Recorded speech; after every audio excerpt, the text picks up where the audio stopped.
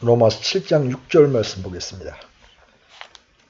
우리를 붙들었던 것 안에서 죽었으므로 이제 우리가 율법에서 구출되었나니 이것은 우리가 영의 새로운 것 안에서 섬기고 글자의 낡은 것 안에서 섬기지 아니하게 하려 함이라.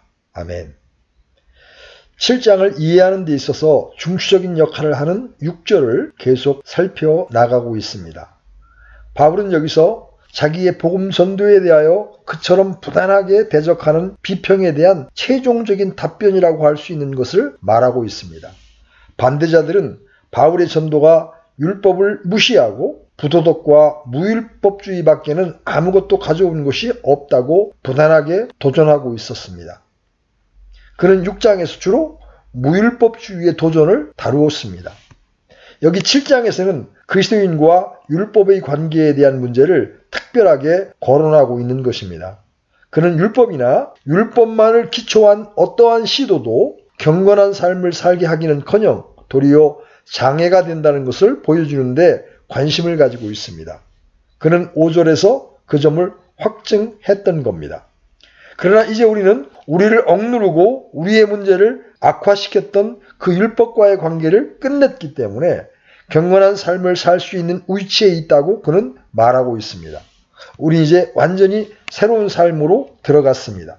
그러므로 우리는 바로 지금 바울이 이 새 생명과 옛 생명을 대조한 것을 생각하고 있습니다. 우리는 일반적인 차이점들을 아주 철저하게 다루었습니다. 이제 우리는 상세하게 살펴보아야 할 특별한 차이점들을 보기에 이르렀습니다. 이것은 단순히 이론적인 것만이 아닙니다. 그것은 실제적인 것입니다. 왜냐하면 바울을 향한 도전이 실제적인 것이기 때문입니다. 다음과 같은 것입니다. 이 은혜에 대한 설교와 믿음으로만 의롭다함을 얻는다는 설교는 매우 놀랍다. 물론 그것은 사람들을 즐겁게 한다. 그러나 문제는 그것이 어떤 실제에 이르게 하는가, 그것이 시금석이다. 바울은 그들의 처지에서 그들을 대할 준비가 되어 있었고 그가 그것을 전하고 있으며 그것을 즐거워하고 있는 것은 이것만이 실제적인 일상의 거룩한 삶을 가져오기 때문임을 보여줄 채비가 되어 있었습니다. 옛사람과 새사람의 큰 차이는 우리가 더 이상 글자의 낡은 것으로 하지 아니하고 영의 새로운 것으로 섬긴다는 것입니다. 바울은 이 구별을 가장 중요하고 실로 사활을 좌우하는 것으로 간주합니다. 그 점은 신약에서 자주 강조됩니다. 고린도전서 3장에서 그것을 대하게 되죠. 히브리서 8장에서도 역시 마찬가지입니다. 히브리서 8장에서 기자는 하나님께서 모세를 통해서 이스라엘 백성들과 맺은 옛 언약과 예수 그리스도를 통해서 맺으신 새 언약 사이의 대조를 기술하고 있습니다. 여기 6절은 바울의 논증에서 중대한 구절이며 로마서에 있는 기독교 구원에 대한 바울의 강론 전체에 대하여 사활을 좌우하는 구절입니다. 제가 말했듯이 7장의 나머지 부분은 사람들의 마음에 떠오르는 난제들을 다루기 위해 부연된 진술에 지나지 않습니다. 그러나 6절은 중요하며 중차대한 진술입니다. 성령 안에서 영위되는 삶과 글자를 따라 율법 아래서 육신 안에서 사는 삶의 방식 사이에는 상세하게 어떠한 차이들이 있습니까? 첫째, 하나님의 율법, 다른 말로 해서 도덕률에 대하여 내적, 애적인 관계 사이에 차이가 있습니다. 그 차이는 고린도후서 3장 3절에서 잘 묘사되어 있습니다. 바울은 거기서 너희는 우리의 사역을 통하여 분명히 드러난 그리스도의 서신인데 이것은 잉크로 쓴 것이 아니요 살아계신 하나님의 영으로 쓴 것이며 또 돌판에 쓴 것이 아니요 육체의 마음판에 쓴 것이라고 했습니다. 전에는 잉크로 쓴 것이었습니다. 그러나 이제는 더 이상 그러지 않습니다. 이제는 성령으로 쓸 것입니다. 그러나 더 나아가서 돌판에 쓴 것이 아닙니다. 그것은 여러분의 밖에 있는 것에 쓴 것입니다. 그러면 이제는 어디에 썼습니까? 마음판에 쓴 것입니다. 옛 율법은 사람의 밖에 있었으며 돌에다 잉크로 쓴 것입니다. 그러나 더 이상 그러하지 않습니다. 이제는 마음판에 새겨졌습니다. 인격의 가장 중심이요 인간 존재의 가장 깊은 곳인 마음판에 새겨졌다는 것입니다. 더 이상 우리 밖에 있는 무엇을 보지 않습니다. 이미 우리 안에 있으며 우리 안에서 한 원리로 역사하고 있는 것을 생각하고 있는 것입니다. 히브리서 8장은 바로 이 점을 진술하고 있습니다. 히브리서 기자는 예레미야 31장에서 말씀한 것을 인용하고 있습니다. 하나님께서는 백성들과 새 언약을 맺으실 것이라고 말씀하십니다. 내가 너희의 열조들과 맺은 옛 언약이 아니고 새 언약이다. 새 언약의 특징들은 무엇입니까? 곧 내가 내 법들을 그들의 생각 속에 두고 그들의 마음 속에 그것들을 기록하여. 전에 하나님은 모세에게 건네준 돌판에다 법을 기록하셨습니다. 그래서 모세가 그 돌판들을 백성들에게로 가지고 내려왔습니다. 그러나 새 언약에서는 하나님의 법을 그들의 생각에 두고 저의 마음에 그것을 기록하십니다. 여기서 우리는 두 언약, 두 삶의 방식의 근본적인 대조를 보게 됩니다. 예전에 진정으로 그리스도인이 되기 전에는 우리 밖에 있는 어떤 표준과 본에 일치하려고 노력했습니다.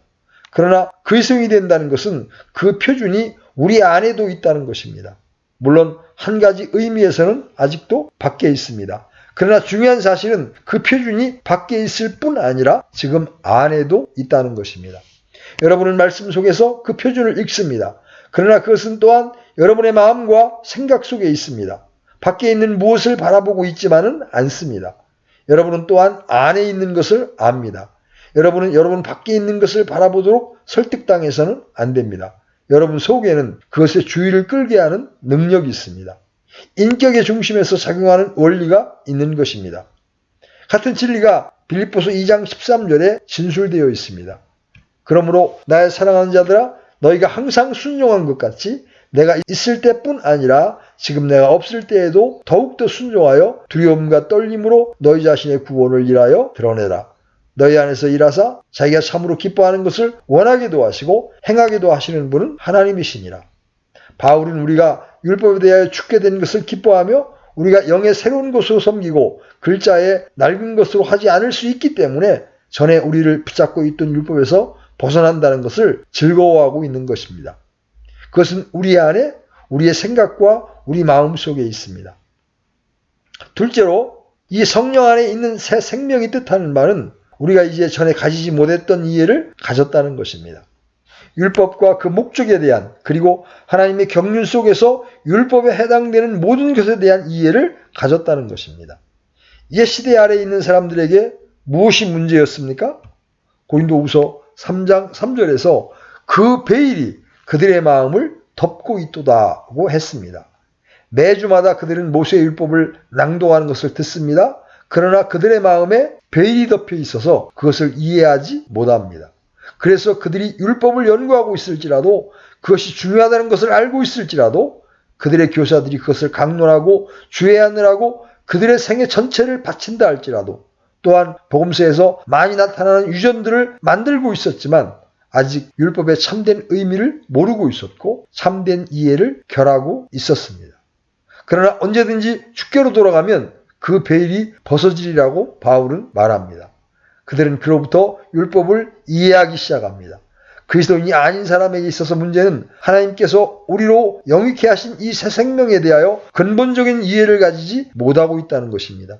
그는 사람에 대한 하나님의 목적에 대하여 아무런 개념을 가지지 못합니다. 그는 하나님의 위대한 구원 계획과 목적과 체계에 관하여 아는 바가 없습니다. 유대인들은 구약을 읽고 있었습니다. 그런데 여전히 그들은 그것에 대하여 하나도 이해하지 못하였습니다.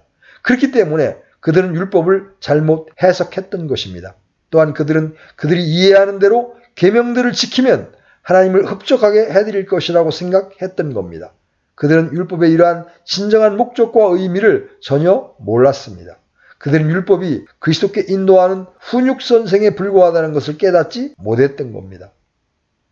그들은 그것의 주요 기능이 죄의 넘치는 죄됨을 밝히려는 것임을 알지 못했습니다. 그들은 율법에 의해서 스스로 의롭다함을 얻을 수 있다고 생각했던 겁니다. 베일이 덮여 있었고 그들의 생각은 옳게 작동할 수 없었습니다. 그것이 글자의 낡은 것 아래에 있는 상태입니다. 그러나 사람이 주께로 돌아오는 순간에 수고는 벗겨지고 그는 보고 이해하게 됩니다. 그의 전체 입장에 혁명이 일어납니다. 셋째로 사람이 율법의 문자를 지키는 것과 율법의 정신에 관심을 가지는 것에는 중차대한 차이가 있음을 알기 시작한다는 겁니다. 바로 그 점은 바리새인들과 서기관들과 율법사들의 모든 문제를 설명하는 위대한 구분입니다. 그들은 단지 율법의 문자에만 관심이 있었지 진정으로 율법에 있어서 문제가 되는 것은 거기에 내포된 영이라는 것을 전혀 이해하지 못했습니다. 이 문제에 대한 최상의 주석은 산상수훈입니다. 특별히 마태복음 5장에 나오는 산상수훈입니다. 5장 17절부터 마지막 절까지 이르는 대목은 거의 모두 하나님의 율법에 대한 유대인들의 거짓된 태도와 그들의 선생들의 그릇된 태도를 파헤쳐주고 있습니다. 그들은 만일 사람이 육체적인 의미에서 사람을 죽이지 않았다면 살인죄가 성립되지 않는다고 가르쳤고 그렇게 믿었던 겁니다. 그러나 우리 주님은 그것이 오직 문자만을 지키는 것임을 명백하게 보여주셨습니다. 율법은 영의 관계가 있다는 것입니다.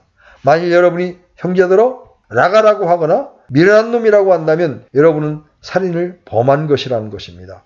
그런 식으로 심리를 가는 것과 겉옷까지 주는 것들을 말씀하십니다.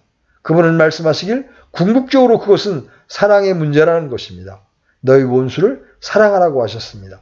그들은 언제나 이 문제들을 애적인 글자의 차원에서 생각했으며 법에 있어서 진수가 되는 것은 참된 순종에 속한 원리요 정신임을 전혀 깨닫지 못하였습니다. 사도 바울은 여기저기에서 이 모든 것이 단번에 자기의 것이 되었음을 인정합니다. 예를 들어 여기 로마서 7장 8절로 9절에서 그러나 제가 명령을 통해 기회를 타서 내 안에 온갖 종류의 욕정을 이루었나니 이는 율법이 없으면 제가 죽었기 때문이라. 전에 율법이 없었을 때에는 내가 살아있었으나 명령이 오매 제가 살아나고 나는 죽었도다라고 했습니다. 그는 빌립보서 3장 4절에서 8절에 이르는 단편적인 자서전적인 구절에서 같은 것을 말하고 있습니다. 그는 율법에 탐내지 말라고 한 것이 무엇인지 전혀 이해하지 못하고 파악하지 못했습니다. 어떤 일들을 삼가는 것만으로는 충분치 못합니다. 문제는 그것을 하고 싶어하고 있느냐 하는 것입니다. 상상으로, 마음으로, 생각으로 죄를 짓고 있느냐? 너는 그것들을 탐하고 있느냐? 탐욕은 하나님 보시기에 죄입니다. 하나님은 마음을 보십니다. 우리 주님은 누가복음 16장 15절에 기록된 바와 같이 바리새인들을 향해서 너희는 사람 앞에서 스스로 옳다 하는 자이나 너희 마음을 하나님께서 아시나니 사람 중에 높임을 받는 그것은 하나님 앞에 미움을 받는 것이니라고 하셨습니다. 하나님은 마음을 읽고 마음에 관심을 두십니다. 그래서 이 사람들은 어느 날 우리 주님 앞에 나와서 이렇게 물었습니다. 율법에서 어느 계명이 크니까? 그들은 그들의 613개의 모든 율례와 규율에 관한 이 질문으로 그분을 책잡을 수 있을 것이라고 생각했습니다. 그러나 주님은 다음과 같은 대답으로 그들의 전적인 무지와 눈멀음을 드러내셨습니다. 너희는 내 마음을 다하고 혼을 다하고 생각을 다하고 힘을 다하여 주 내 하나님을 사랑하라이니라. 이것이 첫째 명령이라. 둘째 명령은 곧 이것과 같으니 너는 내 이웃을 내 자신과 같이 사랑하라이니라. 이것들보다 더 큰 다른 명령은 없느니라. 로마서 13장 10절도 그렇게 말씀하시죠. 사랑은 율법의 완성이니라.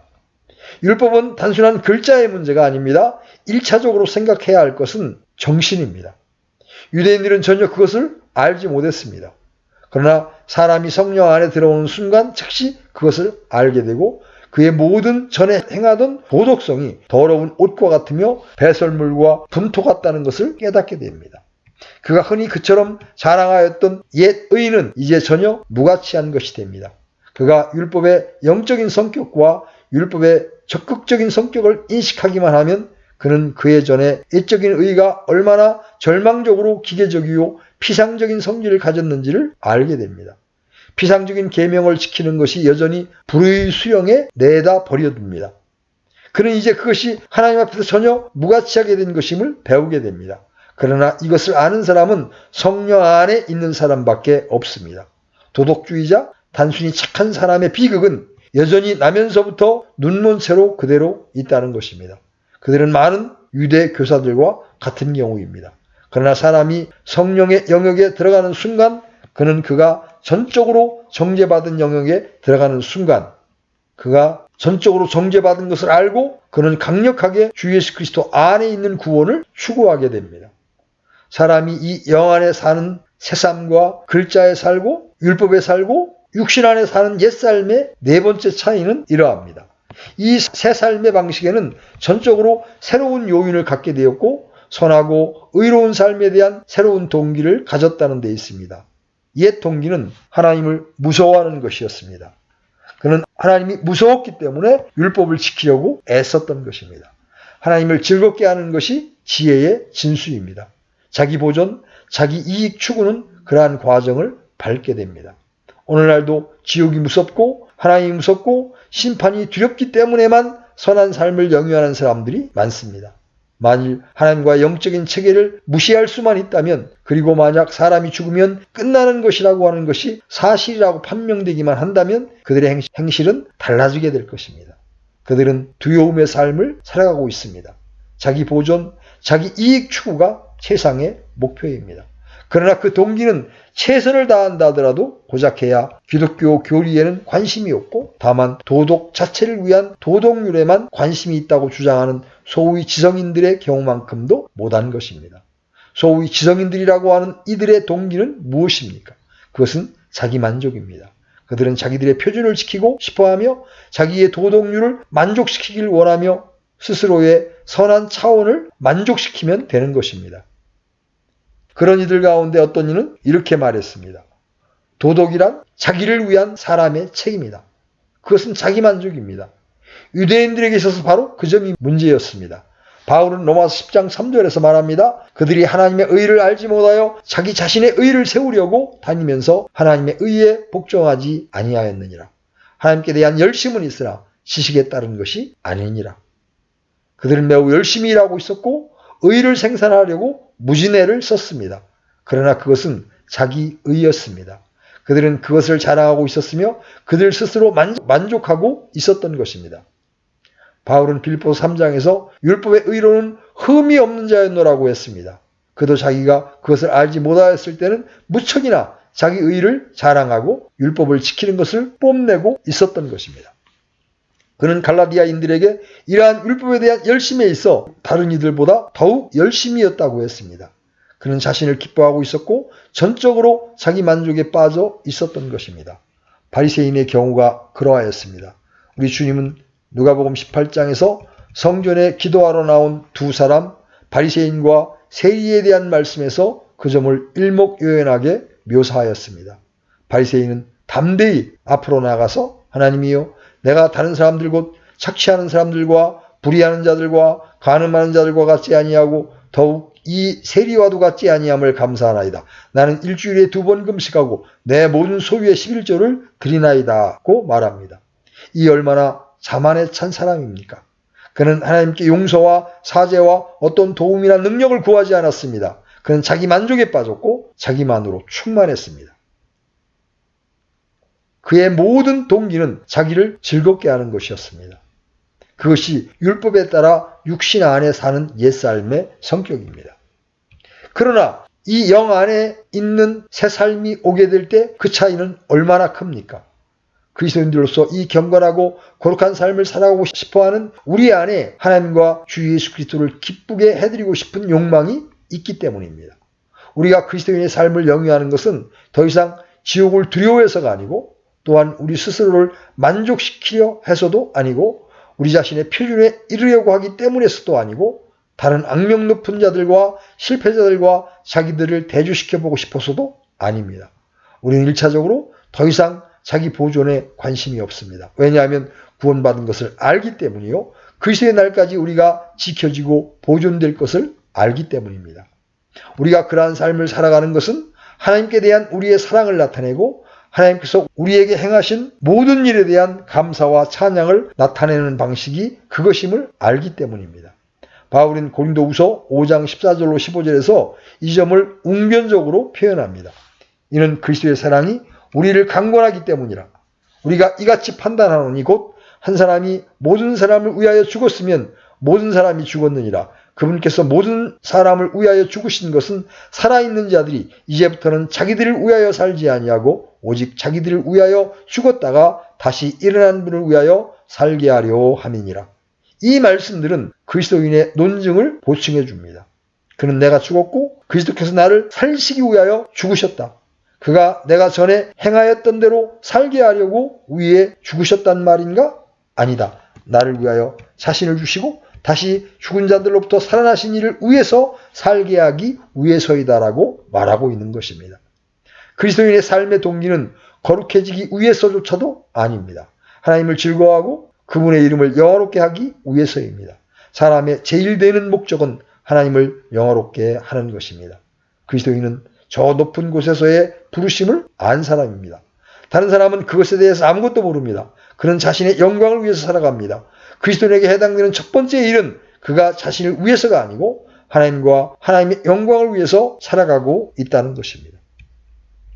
그의 동기는 끝없는 사랑과 자비와 긍휼로서 자기의 독생자를 이 세상에 보내셔서 우리를 위해서 죽게 하신 하나님을 기쁘게 해드리는 겁니다. 오, 놀라운 하나님의 사랑, 내 영혼과 내 삶과 모든 것을 요구하도다. 신약성경은 성결을 그런 형식으로 전하고 있습니다. 그것이 거룩해지는 데 대한 오직 유일한 참된 동기입니다. 우리가 제거하고 싶은 어떤 문제나 어떤 것을 가졌기 때문에 성결 집회에 가서는 안 됩니다. 우리는 우리 자아를 제거하기를 사모해야 합니다. 우리 설교자들도 어떤 것을 받기 위하여 앞으로 나오라고 호소해서는 안 됩니다. 오히려 십자가에 못 박혀 죽으신 그리스도의 요구를 갖다 들이대야 합니다. 그리스도는 그분의 생명을 주셨고 몸이 찢기셨고 피를 흘리셨습니다. 그것은 우리가 구출되고 구속되어서 하나님의 자녀들이 되게 하기 위한 것입니다. 자신을 우리를 위하여 주신 그분에 대한 사랑과 감사와 찬양이 동기가 되어야 합니다. 그리스도인은 전적으로 완전히 새로운 동기를 가진 사람입니다. 그리스도인의 동기는 하나님을 사랑하고 그분의 한량없는 은혜를 높이고 싶은 욕망입니다. 그로부터 다섯 번째 결과가 즉각적으로 따라옵니다. 이 사람은 새로운 이해와 새로운 동기를 가지고 전적으로 새로운 영 안에서 자기의 삶을 살아나가는 겁니다. 8장 15절에서 살펴보겠지만 옛 삶에서 그는 종의 영에 사로잡혀 있었습니다. 너희는 다시 두려움에 이르는 속박의 영을 받지 아니하고 양자 삼으시는 영을 받았느니라. 그분을 힘입어 우리가 아바 아버지라 부르짖느니라. 속박의 영. 율법 아래서 살던 옛삶은 비참하게 매여 있는 것이었으며 가장 나쁜 형태의 노예제도의 형태였으며 무거운 짐을 지고 있는 삶이었던 것입니다. 율법 아래서 사는 자는 언제나 절망과 부담 아래 있었습니다. 그는 이런 영 아래 살아가고 있는 것입니다. 그러나 이제 우리는 전적으로 새로운 영을 가지고 살아가고 있으며 글자의 낡은 것으로 하지 아니하고 영의 새로운 것으로 우리의 일을 행하고 있는 것입니다. 그리스도인의 삶에는 아무런 매임이 없어야 합니다. 의에 줄이고 목마른 자는 복이 있나니. 다른 사람은 의에 줄이고 목마르지 않습니다. 그는 하나님을 두려워하기 때문에 선한 삶을 살아갑니다. 그가 하나님을 두려워하는 것은 고통받기 싫음과 자기 긍지 때문입니다. 그러나 그리스도인에게 있어서는 완전히 다릅니다. 의에 줄이고 목마른 것이 여러분의 것이 아니라면 여러분은 그리스도인일 수 없습니다. 그리스도인들은 복된 자요 행복한 자들입니다. 그들은 배부름을 얻을 것입니다. 요한은 요한일서 5장에서 그분의 명령은 무거운 것이 아니라고 했습니다. 하나님의 명령들은 그리스도인이 되기 전에 있는 사람에게는 매우 무거운 것입니다. 그 명령들은 짐이 되는 것입니다. 베드로는 예루살렘 공회에서 그것들 곧 멍에와 짐은 무거운 것이었다고 했습니다. 그러나 사도 요한은 그리스도인에게 있어서 그분의 명령은 무거운 것이 아니라고 합니다. 그것은 부분적으로 우리가 그리스도인인가를 알아보는 방법입니다. 우리는 이제 그 명령들을 사랑하게 되고 그것들이 더 이상 짐이 되지 않습니다. 더 이상 강화할 일이 아닙니다. 이제 우리의 큰 욕망은 이렇게 살아가는 것이고 그래서 그것은 더 이상 무거운 것이 아닙니다. 그것은 비위에 거슬리는 일이 아닙니다. 바울은 고린도후서 3장 17절에서 더 부연하여 말합니다. 주는 영이시니 주의 영이 계신 곳은 어디든지 자유가 있다입니다.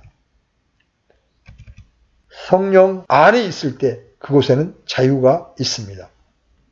감독자가 여러분을 바라보고 여러분은 그래서 무섭습니다. 루터가 회심하기 전에 한 수도사로서 그의 방에서 탄식하며 고독해하고 있을 때 하였던 경험이 바로 그런 것이었습니다. 여러분이 그리스도인이 되어 성령의 권능 안으로 들어왔을 때는 자유함이 있습니다. 여러분은 우리를 붙잡고 있는 착고에서 벗어나게 됩니다. 여러분은 율법에 대하여 죽었고 여러분의 능력들을 사용할 수 있는 자유로운 사람입니다. 주의 영이 계신 곳에는 자유함이 있느니라. 그리스도인이 누리는 용기를 생각해 보십시오. 옛 삶에는 아무런 격려도 없었습니다. 그렇기 때문에 우리들은 그때 용기를 잃고 의기소침해 있었던 것입니다. 죄를 용서받는 것부터 생각하십시오. 하나님은 말씀하시기를 새 언약에서는 그들의 죄와 불법을 기억하지 않을 것이라고 하셨습니다. 여러분의 모든 지난 죄들이 용서받았음을 아는 것처럼 자유로움을 주는 것이 없습니다. 그것은 사람이 가질 수 있는 가장 큰 해방감을 주는 생각입니다. 만일 제사함에 대하여 걱정하고 하나님 앞에서의 여러분의 위치와 처지를 염려한다면 반드시 좌절할 것입니다. 그런 좌절된 상태에서 사탄은 여러분 위에 위치하게 될 것이며 여러분은 더욱더 침체하게 될 것입니다. 우리들의 죄가 용서받았다는 것을 아는 것보다 더 놀라운 것은 없습니다. 우리는 바로 그것을 반드시 알아야 합니다. 그러므로 그리스도 예수 안에 있는 자에게는 결코 정죄함이 없느니라. 그러나 두 번째로 6장을 연구하기 시작하고서부터 이제까지 말씀드린 것을 요약하여 말하면 우리는 죄에 대하여 죽었으며 율법에 대하여 죽었으며 사망에 대하여 죽은 자가 되었다는 것입니다. 6장 9절로 10절에 그리스도께서 죽은 자들로부터 일으켜졌으므로 다시는 죽지 아니하시고 사망이 다시는 그분을 지배하지 못하는 줄 우리가 아노라.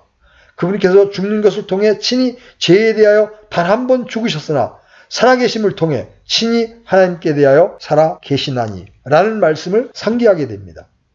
그리스도께 사실인 것은 우리에게도 사실입니다. 그분은 단번에 죽으셨으며 결코 다시 죽지 않을 것입니다. 사망이 다시는 그분을 지배하지 못하는 줄 우리가 아노라. 사망이 다시는 우리를 주관하지 못합니다. 이것은 하나님의 자녀들이 가진 자유의 일부입니다. 나는 그리스도인으로서 죄의 지배에 대하여 죽었고 율법의 지배에 대해서도 죽었고 심지어 사망에 대해서까지 죽었습니다. 나는 죄와 율법과 사망의 지배에서 벗어났습니다. 그것이 그리스도인이 살아가는 새 영입니다. 그것이 하나님의 백성들이 누리고 있는 자유입니다. 하나님은 역시 우리에게 이렇게 말씀하셨습니다. 나는 그들에게 하나님이 되고 그들은 내게 한 백성이 되리라. 하나님은 내가 그들 안에 거하고 그들 안에서 행하리니 나는 그들에게 하나님이 되고 그들은 내게 백성이 되리라고 말씀하신 것입니다. 그보다 더 놀라운 일이 어디 있습니까? 하나님은 우리에게 나는 너희 하나님이 되고 너희는 나의 백성이라 그것을 생각하며 그것에 비추어서 살아나가라고 하시는 것입니다. 그리스도인에게 있어서 그보다 더 큰 격려가 있을 수 있습니까? 그러나 하나님은 그보다 더 나아가서 우리에 관한 그분의 위대한 목적, 그분께서 우리를 위해 세우시고 목적한 모든 것에 대하여 말씀하십니다. 하나님의 뜻은 이것이니 너희의 거룩함이니라. 우리는 이미 5장 10절의 정점에서 그것을 만나게 됩니다. 이는 우리가 원수였을 때에 하나님의 아들의 죽음으로 말미암아 하나님과 화해하게 되었을진데 화해하게 된 자로서 더욱더 그분의 생명으로 말미암아 구원을 받을 것이기 때문이라. 그분은 우리를 그 아들의 생명 안에 넣으셨습니다. 만일 우리가 그 아들의 생명 안에 있다면 그 밖에 다른 모든 것은 확실하고 보증되는 것입니다. 우리는 완전히 전적으로 구원받을 것입니다. 아무것도 그것을 멈추게 할 수 없습니다. 그런즉 주 예수 그리스도와 우리가 어떤 관계에 있는지 생각하십시오. 저는 7장 4절에서 말씀하는 바와 같이 주 예수 그리스도께서 우리의 남편이 되신다는 사실을 상기시켜 드립니다. 이것은 너희가 다른 분 곧 죽은 자들로부터 일으켜지신 분과 결혼하게 하려 하며 또 우리가 하나님께 이르는 열매를 맺게 하려 함이라. 그분은 모든 것입니다. 그분은 모든 것 안에 있는 모든 것입니다. 그 얼마나 힘을 주는 진리입니까? 육신에 있는 사람은 이것에 대하여 아무것도 알지 못합니다. 다음은 영광의 소망과 우리가 그곳에 도착한다는 확실성을 생각해 보십시오. 그러므로 우리가 믿음으로 의롭게 되어 우리 주 예수 그리스도를 통해 하나님과 화평을 누리는도다. 또 우리가 그분을 통해 지금 우리가 서 있는 이 은혜 안에 믿음으로 들어감을 얻었으며 하나님의 영광의 소망을 기뻐하느니라. 그 이상의 용기를 주는 일은 없습니다. 그분 안에서 이 소망을 가진 자마다 그분께서 순결하신 것 같이 자기를 순결하게 하느니라. 이것이 새 사람, 그리스도의 사람이 영으로 살아가는 방식입니다. 그는 모든 문제들을 새로운 해방의 영을 가지고 맞아들이고 소망과 감사와 기쁨을 누립니다. 이제 우리는 새 사람과 옛 사람과의 6번째 차이를 생각하게 되었습니다. 새 사람이 가진 새 능력과 새 힘을 알아보게 되었습니다. 그는 이 능력을 아는 자입니다. 옛삶 속에서 그 사람은 혼자였습니다. 바울은 8장 3절에서 율법이 육신으로 말미암아 연약하여 할 수 없는 것에 대해 말합니다. 하나님께서는 십계명을 주시면서 말씀을 지키되 끝까지 지키라. 그렇게 해야만 너희가 구원을 얻게 될 것이라고 합니다. 그러나 모든 사람이 죄를 범하였으며 하나님의 영광에 이르지 못하였습니다. 의인은 없나니 하나도 없습니다. 사람은 자기 스스로는 율법을 지킬 수 없습니다. 그는 약합니다. 그러나 성령 안에 있는 사람은, 새 사람은 어떻습니까? 그는 새 생명을 가지고 있습니다. 그는 하나님의 본성에 참여한 자입니다. 그는 그리스도 안에 있는 새 생명을 가지고 있으며 성령으로 거듭났습니다. 고린도후서 3장 6절에서 바울이 한 말을 기억하십시오. 글자는 죽이되 영은 생명을 주느니라. 그뿐만이 아닙니다. 성령은 계속해서 우리 안에서 역사하십니다. 빌립보서 2장 12절로 13절을 보십시오. 두려움과 떨림으로 너희 자신의 구원을 일하여 드러내라. 어떻게 그렇게 합니까? 어째서 그런 일을 내게 부과시킵니까? 그 일은 불가능한데 족장들이 실패했고 이스라엘 백성들이 실패했는데, 그러나 그 말씀은 두렵고 떨림으로 너희 구원을 드러내라는 것입니다. 어떻게 그럴 수 있습니까? 여러분 안에서 행하시는 이가 하나님이시기 때문입니다. 그분은 여러분 안에서 자기의 기쁘신 뜻을 위하여 여러분으로 하여금 원하게도 하시고 행하게도 하고 계십니다. 우리 안에 있는 성령의 결과, 그분이 작용하시는 새 성질로 인하여 우리는 전에는 생각조차 할 수 없었던 일들을 할 수 있게 된 것입니다. 바울은 8장 13절에서 이렇게 말합니다. 너희가 육신을 따라 살면 죽을 것이로되 성령을 통해 몸의 행실을 죽이면 살리라. 그 결과를 보려면 소위 천주교 성자들이라고 불리는 많은 사람들의 생애에 대하여 읽어보기만 하면 됩니다. 또한 이신칭의 진리를 알지 못한 자들의 삶에 대해서 읽어보면 되는 것입니다. 그들은 자신들을 사회에서 격리시켜 낙타 털옷을 입고 반은 굶어 죽습니다. 그들은 몸의 행실을 죽이려고 무진애를 썼습니다. 그러나 그들이 노력하면 할수록 그들은 더욱더 심각하게 실패한 것을 느낍니다. 세상 밖으로 나갈 수는 있습니다. 그러나 여러분 속에 있는 몸의 행실을 상상과 생각으로는 죽일 수 없습니다. 그런 식으로 몸의 행실을 제거할 수 없습니다. 그러나 성령으로 말미암아서는 할 수 있습니다. 왜냐하면 새로운 힘을 가지고 있기 때문입니다. 바울은 디모데후서에서 디모데에게 하나님께서는 우리에게 두려움의 영을 주지 아니하고 권능과 사랑과 건전한 생각의 영을 주셨느니라고 했습니다. 권능, 사랑, 건전한 생각의 영, 이미 로마서 6장 14절에서 말한 것과 같습니다. 제가 너희를 지배하지 못하리라. 요한은 요한일서 4장 4절에서 같은 것을 말하고 있습니다. 어린 자녀들아, 너희는 하나님께 속하였고 또 그들을 이기었나니 이는 너희 안에 계신 분이 세상에 있는 그보다 더 크기 때문이라. 그러나 마귀가 강력한 원수이지만 그에게 놀라 떨 필요는 없습니다. 그러니 떨지 마십시오. 놀라지 마십시오. 여러분은 능력을 받았으며 권능을 받았습니다. 여러분은 성령 안에 있으며 성령 안에 있는 삶은 여러분에게 모든 것을 갖다 주었습니다. 이와 같이 해서 우리는 이처럼 완전히 다른 방식으로 살아가는 두 삶의 완전한 다른 결과를 강조하는 7번째 차이에 이르게 되었습니다. 우리가 육신 안에 있었을 때에는 율법으로 말미암은 죄들의 활동이 우리 지체들 안에서 일하여 사망에 이르는 열매를 맺게 하였으나, 바울은 고린도후서 3장 6절에서 글자는 죽이는 것이라고 했습니다. 언제나 그렇습니다. 옛 생명은 끊임없는 투쟁과 끝없는 실패와 패배의 삶입니다. 갈수록 더 어려워집니다. 시간이 가면 갈수록 힘이 쇠잔해지는 것을 보게 됩니다. 그리고 마귀는 더욱 강해갑니다. 여러분의 육체적인 조건은 새로운 시험과 제약을 불러옵니다. 그 조건은 점점 나빠집니다. 점점 더 저항할 수 없게 됩니다. 그리고 완전히 철저하게 소망 없는 자신을 느끼게 됩니다. 그것은 일종의 살았다는 이름만 가진 죽음입니다. 그러나 이 영 안에 있는 새 생명은 어떠합니까? 고린도후서 3장 18절에 눈을 돌려보십시다. 바울은 이미 이제 주께서는 그 영이시니 주의 영이 계신 곳에는 거기에는 자유가 있느니라입니다.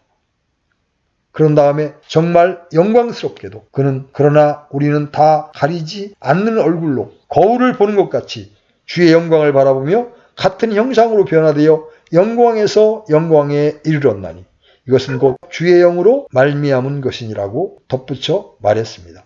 우리 스스로 이 일을 행하고 있지 않습니다. 그것은 우리에게 행해지고 있습니다. 우리가 주의 영광을 거울로 보는 것 같이 보면서 우리는 이 모든 것을 계속해 나감에 따라 하나님의 사랑하시는 아들의 형상으로 영광에서 영광으로 변화되어 나가고 있는 것입니다. 그것은 전진적인 삶입니다. 그것은 점점 더 좋아지고 점점 더 높아집니다. 우리는 하나님의 복되신 아들을 더욱 닮게 될 것입니다. 무덤에 가까운 그리스도인은 그가 처음 그리스도인이 될 때와 정확히 같은 처지에 있다고 말하는 자들의 소리를 믿지 마십시오. 그는 영광에서 영광으로, 영광의 이런 수준에서 다른 수준으로 계속해서 점진적으로 변화되어 가고 있습니다. 하늘에 내 자리를 펼 때까지 영광에서 영광으로 변화되리. 주 앞에 면류관 던지기까지 놀라움에 겨워 사랑과 찬양 드리네. 이것은 진리입니다. 이 세상에서조차 우리는 너희 안에서 선한 일을 시작하신 분께서 예수 그리스도의 날까지 그 일을 이루실 것, 바로 이것을 나는 확신하노라고 했습니다. 만일 여러분이 이 위대한 토기장이의 손에 있다면, 만일 하나님께서 그분의 아들을 통하여 성령으로 말미암아 여러분 속에 선한 일을 시작하셨다면 그분은 그것을 포기하지 않으실 것이며 불완전한 상태로 두지 않을 것입니다. 그분은 에베소 5장 27절의 말씀이 그처럼 영광스럽게 상기시키고 있듯이 그 위대한 날에 이르기까지는 그 일을 완성시키실 것입니다. 우리는 그날 티나 주름 잡힌 것이나 이런 것들이 없이 거룩하고 흠이 없게 될 것입니다. 우리가 이런 일들에 대하여 무슨 말을 해야겠습니까? 그것의 정확한 말은 한 가지밖에는 없습니다. 유다서가 말하는 바와 같은 말을 합시다. 이제 능히 너희를 보호하사 넘어지지 아니하게 하시고 넘치는 기쁨으로 자신의 영광이 있는 곳 앞에 흠없이 너희를 제시하시는 분, 즉 홀로 지혜로운 하나님 곧 우리의 구원자께 영광과 존엄과 통치와 권능이 이제와 영원토록 있기를 원하노라. 아멘. 오늘은 여기까지 하겠습니다.